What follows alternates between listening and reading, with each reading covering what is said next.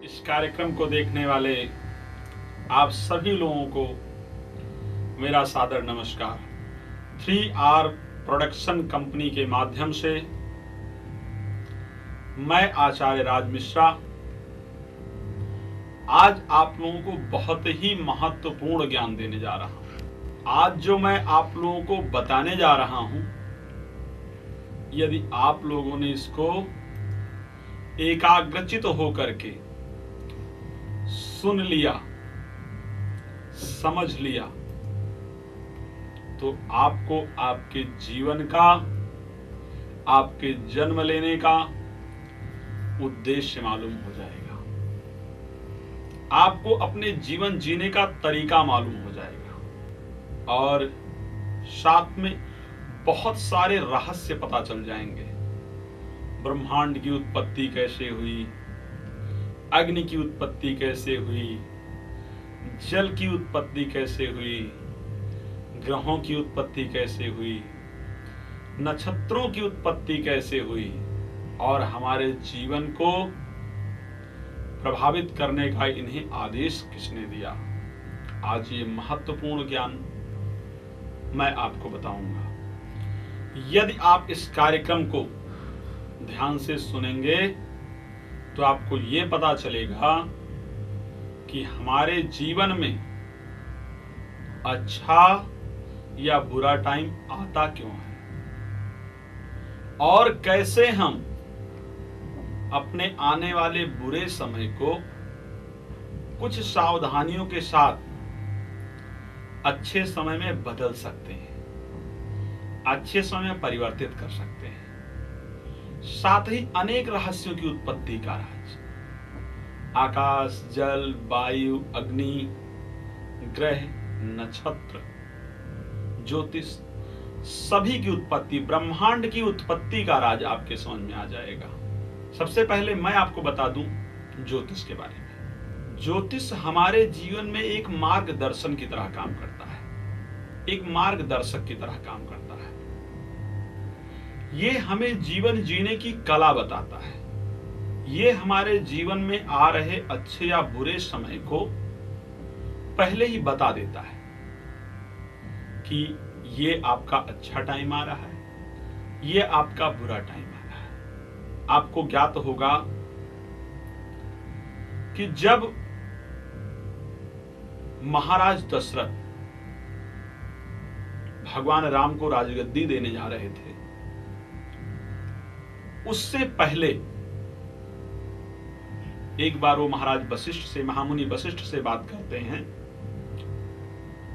और कहते हैं कि हे महामुनि, हे गुरुदेव, मेरा मंगल, जिसका उन्होंने अंगकारक नाम से संबोधित किया है, कहते हैं मेरा मंगल मेरे जन्म नक्षत्र को पीड़ित करने जा रहा है। महाराज दशरथ को यह पहले ही पता था कि इस टाइम पर कोई इंपॉर्टेंट डिसीजन नहीं लेना है। उनका नक्षत्र पीड़ित होकर के बार बार उनको आदेश दे रहा था, बार बार उनको चेतावनी दे रहा था, बार बार उनको मार्गदर्शन दे रहा था। इस टाइम पर आप कोई महत्वपूर्ण फैसला ना लें। लेकिन महाराज दशरथ ने उस समय पर, जबकि उनको ज्ञात था कि इस टाइम मेरा नक्षत्र पीड़ित हो रहा है, ज्योतिष की दृष्टि से मेरे जीवन में समस्याएं आने वाली हैं, फिर भी उन्होंने उस पर ध्यान ना देते हुए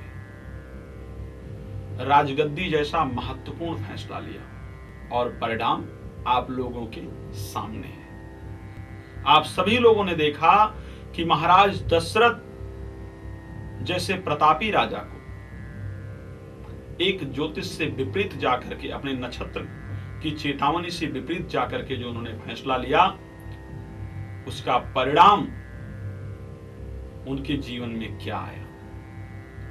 तो ज्योतिष एक प्रकार से हमारा मार्गदर्शन देती है, हमें सही रास्ते पर चलने के लिए प्रेरित करती है, हमारे जीवन में आने वाली समस्याओं से हमें पहले ही अवगत करा देती है। यदि हम उसका सही मार्गदर्शन करें और उस पर विशेष रूप से ध्यान दें तो ज्योतिष हमें एक बहुत अच्छे रास्ते पर लेकर के जाती है। ज्योतिष हमारे जीवन को खुशहाल बनाती है। मेरा ये कहने का मतलब बिल्कुल भी नहीं है कि आप कर्म करना छोड़ दें। कर्म करें, कर्म सबसे महत्वपूर्ण है। कि कहा जाता है ना, कर्म प्रधान विश्व करि राखा। कर्म प्रधान है, लेकिन कर्म के साथ साथ अपने ग्रह की और नक्षत्रों की अनुकूलता और प्रतिकूलता पर विशेष ध्यान दें। जब नक्षत्र और ग्रह हमारे अनुकूल होते हैं तो हमारे किए हुए कार्यों में, हमारे किए हुए प्रयासों में हमें सफलता मिलती है। और जब ग्रह हमारे प्रतिकूल होते हैं, जब ग्रह हमारा साथ नहीं दे रहे होते हैं, उस टाइम हमारा किया हुआ कार्य, हमारा किया हुआ प्रयास असफल होता है। तो आवश्यक होता है कि जब ग्रह हमारे प्रतिकूल हो, जब नक्षत्र हमारे प्रतिकूल हो, जब हमारा जन्म नक्षत्र पीड़ित हो, तो हम अपने प्रयास को ज्यादा मेहनत से करें, अपने कार्य को अधिक सावधानी से करें, हर फैसले पर विशेष ध्यान दें, हर चीज को सोच समझ करके करें, ताकि हमें असफलता का मुंह ना देखना पड़े। ऐसा नहीं कि उस टाइम में आप कर्म करना छोड़ दें, मैं ये बिल्कुल नहीं कह रहा हूं। कर्म करें, लेकिन सावधानी के साथ करें, कर्म को ध्यान से करें, तो हमारा कर्म जाकर के सफल होगा। जब ग्रह हमारे अनुकूल है तब तो हमने जो कर्म किया वो सफल होगा ही होगा, लेकिन जब ग्रह नक्षत्र हमारे प्रतिकूल हैं तो हमें हर कार्य पर विशेष ध्यान देना होगा, सावधानी पूर्वक कार्य करना होगा, तो हमारे जीवन में हमारा वो किया हुआ कार्य सफल होगा। तो आइए अब मैं आपको एक विशेष चीज बताता हूं, इस ब्रह्मांड की उत्पत्ति। आप एकाग्रचित होकर के सुने, क्योंकि जो आज मैं आपको बताने जा रहा हूं ये बहुत ही महत्वपूर्ण विषय है। यह अब तक सिर्फ रहस्य बना हुआ था, अब तक यह सिर्फ वेदों में, पुराणों में छिपा हुआ था। यह है ग्रह नक्षत्रों की और सभी चीजों की उत्पत्ति। मैंने इसको बहुत ही अध्ययन किया। गहन अध्ययन करने के बाद जांचा, परखा, प्रयोग किया, और प्रयोग करने के बाद जब मुझे महसूस हुआ कि ये 100% सत्य है, फिर मैं आप लोगों के सामने लेकर के आया। तो आप सभी लोग एकाग्रचित होकर के ब्रह्मांड की उत्पत्ति, हमारे ग्रह नक्षत्र कैसे उत्पन्न हुए, ये किसके आदेशानुसार हमारे जीवन को प्रभावित करते हैं, उन सभी चीजों को सुने। एक बार महामुनि नारद ने अपने पूज्य पिता ब्रह्मा जी से पूछा था, और उन्होंने ब्रह्मांड की उत्पत्ति के बारे में जो कुछ उनसे बताया था, मैंने उस पर विशेष अध्ययन किया, और वो मैं अब आप लोगों के सामने बताने जा रहा हूं। जब इस संसार का प्रलय होता है तो इस संसार में सिर्फ एक चीज बचती है, वो है ओम। और फिर ओम से 3 चीजों की उत्पत्ति होती है, रजोगुण, सतोगुण और तमोगुण। इन तीनों चीजों के कारक हमारे त्रिदेव भगवान शंकर, भगवान विष्णु और भगवान ब्रह्मा जी।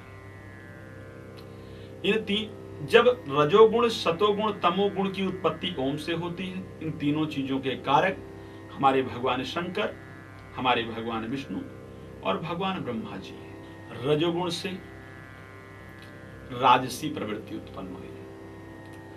राजसी प्रवृत्ति क्या है? ऐसे रहना, राजा की तरह जीवन जीना, ये हो गई राजसी प्रवृत्ति। मौज मस्ती में रहना, ये है राजसी प्रवृत्ति। ये उत्पन्न हुई रजोगुण से। प्रलय हुआ, ओम बचे, ओम से तीन प्रकृति उत्पन्न हुई, रजोगुण, सतोगुण, तमोगुण। रजोगुण से राजसी प्रवृत्ति उत्पन्न हुई, ऐसे रहना, सुख समृद्धि से रहना। सतोगुण से सात्विक प्रवृत्ति उत्पन्न हुई। सात्विक प्रवृत्ति पूजा पाठ करना, धर्म में रहना, परोपकार करना, लोगों को शिक्षा देना, अध्ययन करना, ये सब सात्विक प्रवृत्ति है। लोगों को ज्ञान देना, ये सब सात्विक प्रवृत्ति है। ये उत्पन्न हुई सतोगुण से। और जब रजोगुण और सतोगुण में विकार हुआ, तब उत्पत्ति हुई तमोगुण की। जब रजोगुण और सतोगुण में विकार हुआ तो उत्पत्ति हुई तमोगुण की। तमोगुण तीन प्रकार का हुआ, एक वैकारिक, एक तेजस और एक तामस। वैकारिक तामस वो हुआ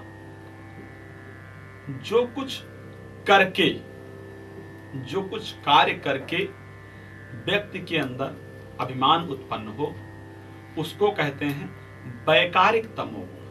और तेजस जो बहुत प्रसिद्धि पाकर के उत्पन्न हो, जो बहुत मेहनत किया और खूब प्रसिद्धि मिली, फिर मेरे अंदर अभिमान उत्पन्न हुआ। खूब मेहनत करने के बाद, प्रसिद्धि मिलने के बाद एक अंदर अभिमान उत्पन्न हुआ कि हां, मैंने बहुत कुछ कर लिया। ये हो गया तेजस तमोगुण। और फिर तामस। तामस जो बिना कुछ किए हुए अपने अंदर उत्पन्न हो, या इन सब करने के बाद व्यक्ति की जो मानसिकता है वो अनैतिक रास्ते पर जाने के लिए तैयार हो, जो भोग विलास की तरफ ले जाए,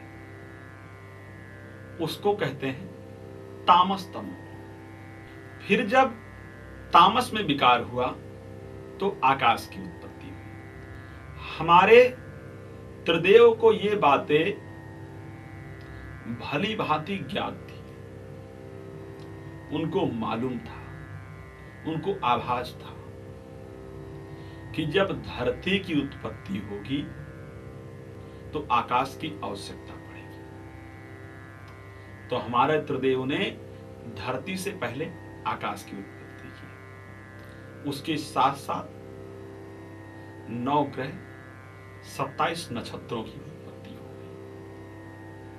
क्योंकि त्रिदेव को यह बात मालूम थी कि 27 नक्षत्र और जो ये ग्रह हैं, ये आकर के धरती पर उत्पन्न होने वाले जीव जंतु, मनुष्य, पेड़ पौधे सभी को मार्गदर्शन देंगे।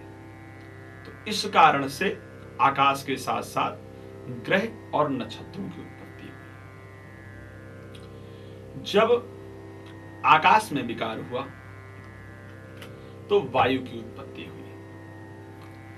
वायु की उत्पत्ति के पीछे जो हमारे त्रिदेव की मंशा थी, जो मकसद था, उनका यह था कि वायु भविष्य में जाकर के इस मानवीय जीव को, मानव के साथ साथ जल, पृथ्वी पर उत्पन्न होने वाले अनेक जीव जंतुओं को जीवन जीने में उनके जीवन को बनाने में एक अहम भूमिका निभाएगी। इस कारण से आकाश में विकार होने के बाद वायु की उत्पत्ति हुई, और जब वायु में विकार हुआ तो फिर जल की उत्पत्ति हुई। जल की उत्पत्ति के पीछे हमारे जो त्रिदेव की मनसा, जो उनकी सोच, जो उनका विचार था,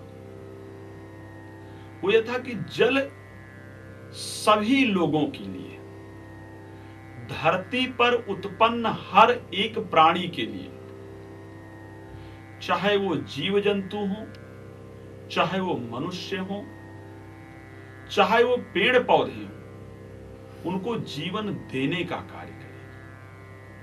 बिना जल के धरती पर उत्पन्न होने वाले जीवों का जीवन संभव नहीं है। इसलिए जब वायु में विकार हुआ तो जल की उत्पत्ति हुई, और जब जल में विकार हुआ तो उत्पत्ति हुई तेज की, क्योंकि पूरे ब्रह्मांड में तेज की बहुत आवश्यकता थी। जिसके अंदर तेज नहीं है, जो व्यक्ति तेजहीन है, उसका इस संसार में कोई उद्देश्य नहीं है। हम उद्देश्य को ही तेज कहते हैं, या किसी के प्रभाव को हम तेज कहते हैं। आप लोग भी देखते हैं कि यदि किसी का चेहरा बहुत अच्छा लग रहा हो तो आप लोग कहते हैं इसके चेहरे पर कितना तेज है। तेज से एक दूसरे में आकर्षण बनेगा, तो एक दूसरे के प्रति लोग आकर्षित हो, एक दूसरे से लोगों का मोह बना रहे।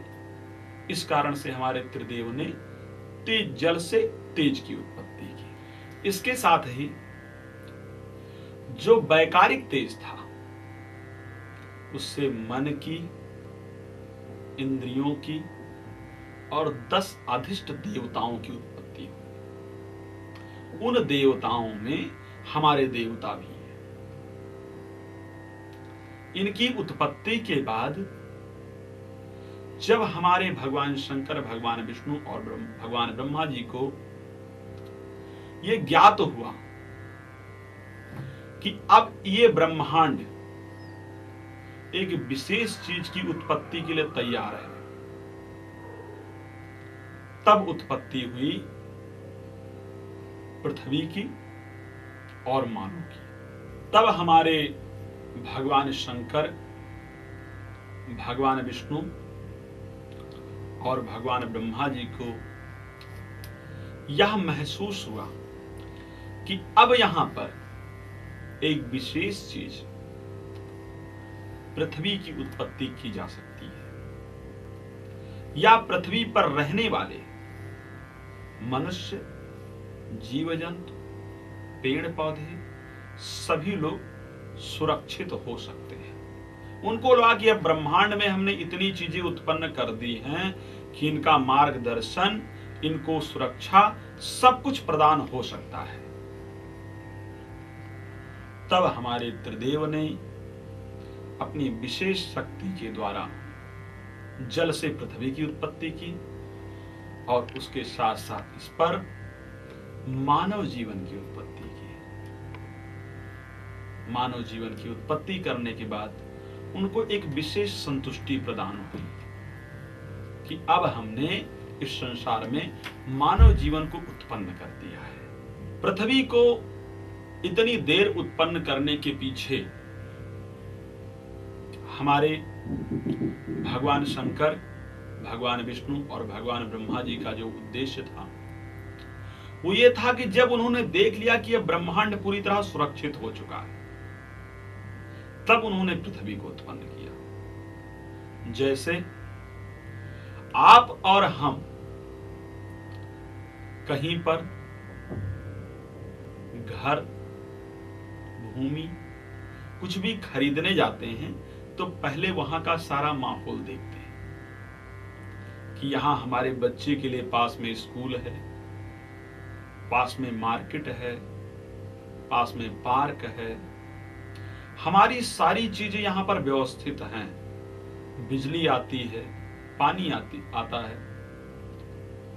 जब हम इन सभी चीजों को देख लेते हैं तो फिर हम वहां पर घर बनाते हैं, अपना घर लेते हैं। इसी प्रकार हमारे त्रिदेव ने ब्रह्मांड में सब कुछ उत्पन्न करने के बाद जब देखा कि अब इस संसार में मानव सुरक्षित रह सकता है, तब पृथ्वी के साथ मानव जीवन की उत्पत्ति की। अब हुआ क्या कि जो पहले ब्रह्मांड में उत्पत्ति की गई थी, अग्नि, वायु, ग्रह, नक्षत्र, जल, तेज, वो सभी लोग अपने अपने हिसाब से कार्य कर रहे थे, अपने अपने तरीके से अलग अलग कार्य कर रहे थे। तब पालनकर्ता भगवान विष्णु को एहसास हुआ कि अगर ये लोग अपने अपने तरीके से कार्य करेंगे तो मेरा जो इस ब्रह्मांड को उत्पन्न करने का या हमारा इस ब्रह्मांड को जो उत्पन्न करने का उद्देश्य था वो तो पूरा होगा ही नहीं। तब भगवान विष्णु ने सभी लोगों को बुलाया और विनम्र भाव से सभी लोगों को समझाया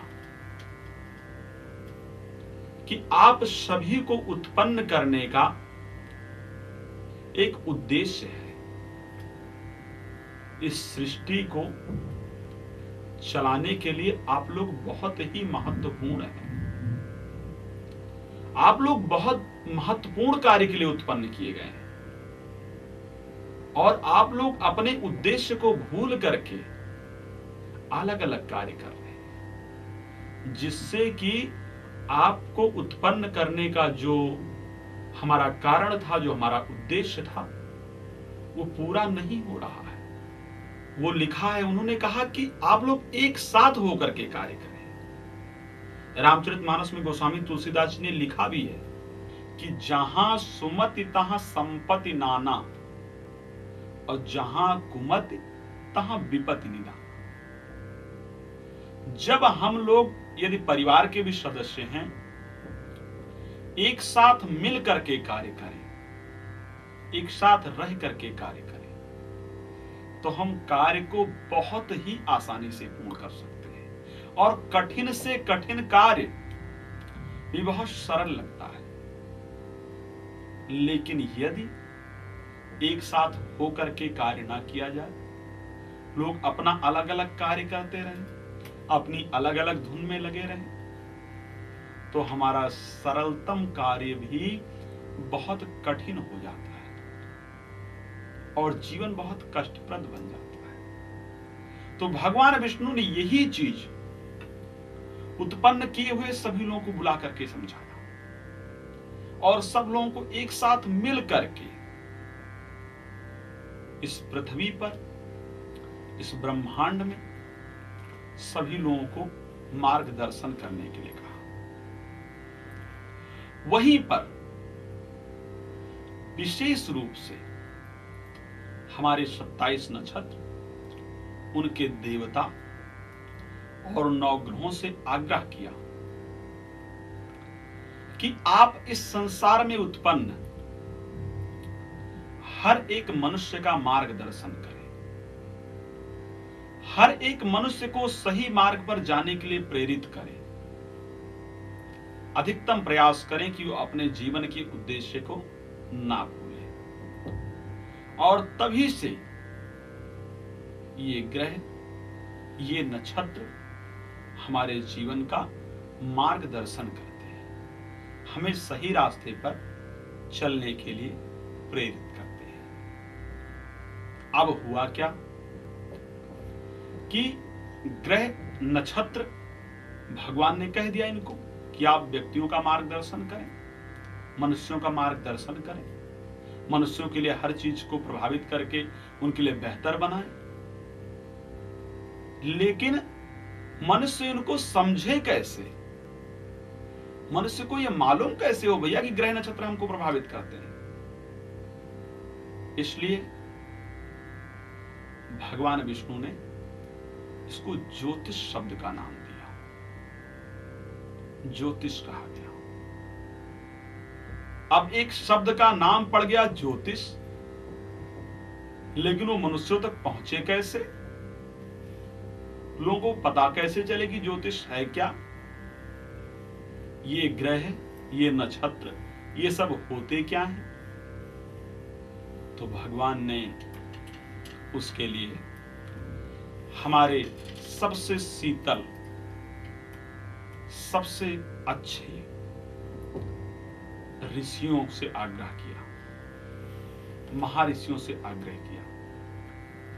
आप लोग भी उनमें से कुछ ऋषियों का विशेष रूप से नाम जानते होंगे, जैसे महर्षि भृगु, पाराशर, बारामिहिर, ऐसे अनेक प्रकार के ऋषि हुए जिन्होंने ज्योतिष को मनुष्यों तक पहुंचाया, लोगों तक पहुंचाया और लोगों को अवगत कराया कि ये ग्रह, ये नक्षत्र हमारे मार्गदर्शक हैं, हमारे जीवन को ऐसे प्रभावित करते हैं। हमारे ऋषियों ने अनेक प्रकार से राजाओं को बताया कि इस टाइम आपके लिए ये दिशा बेहतर नहीं है, ये दिशा बेहतर है। और जिन राजाओं ने उन ऋषियों के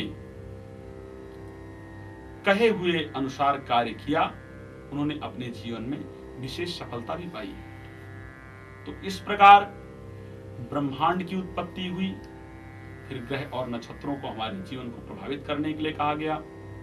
उसके बाद ऋषियों ने हम तक इस ज्योतिष को पहुंचाया और आज वही विनम्र प्रयास मैं 3R प्रोडक्शन कंपनी के द्वारा आप लोगों तक पहुंचा रहा हूं।